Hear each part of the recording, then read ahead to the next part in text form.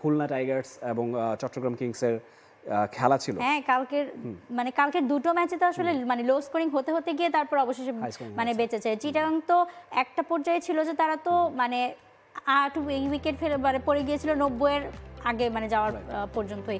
So 100 করতে পারবে কিনা সেটা নিয়েও কিন্তু আসলে শঙ্কা ছিল, বাট তারপরে 166 মানে পৌঁছেছিল।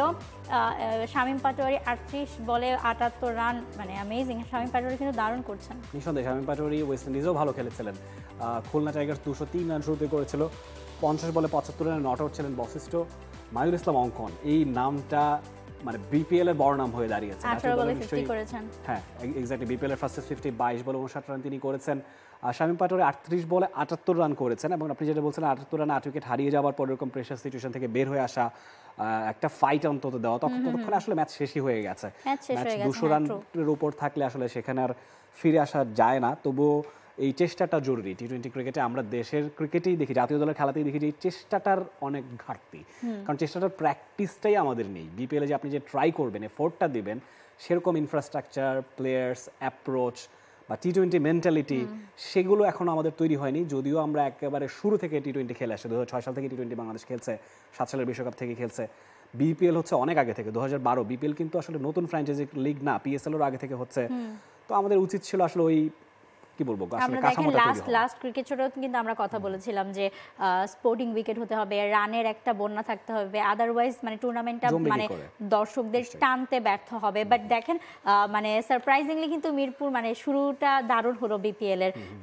4টা ম্যাচের মধ্যে 3টা ম্যাচে আমরা প্রচন্ড হাই স্কোরিং দেখলাম। 4 নম্বর ম্যাচটাও বা 3-4 দুটো ম্যাচই মানে চেস করতে গিয়ে লো স্কোরিং হতে হতে আবার একটু মানে রান চলে আসছে, মানে এবং এক্সাইটেড হচ্ছে। এবং গতকাল স্পেশালি বলতে হয় খুলনা এবং চট্টগ্রামের ম্যাচ আপনার নিশ্চয়ই মনে আছে, প্রথম ওভারটা চট্টগ্রামের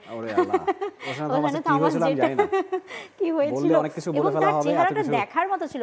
আমার কাছে খুবই ইন্টারেস্টিং লেগেছে কি ধরেন সেখানে আরিফুলের ক্যাচ ঘুরছিল, মানে একেবারে মাত্র 2 দিন গেছে, সেখানে কিন্তু বিপিএল অনেক গল্প তৈরি করে দিয়েছে। এটা কিন্তু দারুণ। এবং সোশ্যাল মিডিয়ায় ঢুকলে আপনি দেখবেন যে এই জিনিসগুলো নিয়ে প্রচুর কিন্তু মানে আসলে অ্যানালাইসিস হচ্ছে, কথা হচ্ছে। তার মানে বিপিএল কিন্তু আসলে দর্শক টানতে শুরু করেছে দারুণভাবে। এক্স্যাক্টলি, আমার কাছে মনে হচ্ছে অন্য আগের 3-4 বারের তুলনায় এবারে বিপিএল এনগেজমেন্ট অনেক বেশি। সেটা আমরা যেহেতু টি স্পোর্টস ব্রডকাস্ট করে সেখান থেকে কিছু তথ্য ডেটা তো আমরা পাই। তো আমার কাছে মনে হচ্ছে যে যত টুর্নামেন্ট গড়াবে তত আরো বেশি আসলে জমজমাট হয়ে উঠবে। সেটাই দেখেন, অনেক কথা হচ্ছিল কিন্তু তাই না, যে প্লেয়ার্সদের জার্সি উন্মোচন সময় মতো হলো না, ক্যাপ্টেনদের নাম প্রকাশ করা হলো না আগে, তারপর মানে ক্যাপ্টেন যে শুট থাকবে ট্রফি নিয়ে সেটাও কিছুই হলো না। কিন্তু এত না হওয়ার মধ্যেও দেখেন মানে ওই যে আমি বলেছিলাম না আগের মানে শোতে আমরা কথা বলছিলাম যে যদি আপনার মাঠের খেলা এক্সাইটিং হয়, দর্শক আসতে বাধ্য, টানতে বাধ্য, এনগেজমেন্ট হতে মানে বাধ্য, এবং সেটা কিন্তু আসলে হয়েছে মাঠের খেলা, সেটা 2 দিনে অন্তত প্রুভ হয়ে গেছে অনেকটা। নিঃসন্দেহে। For more updates, subscribe to our YouTube channel and click on the bell icon. Follow us on Facebook and Instagram. Download T-Sports app to enjoy exciting games and highlights. Visit tsports.com.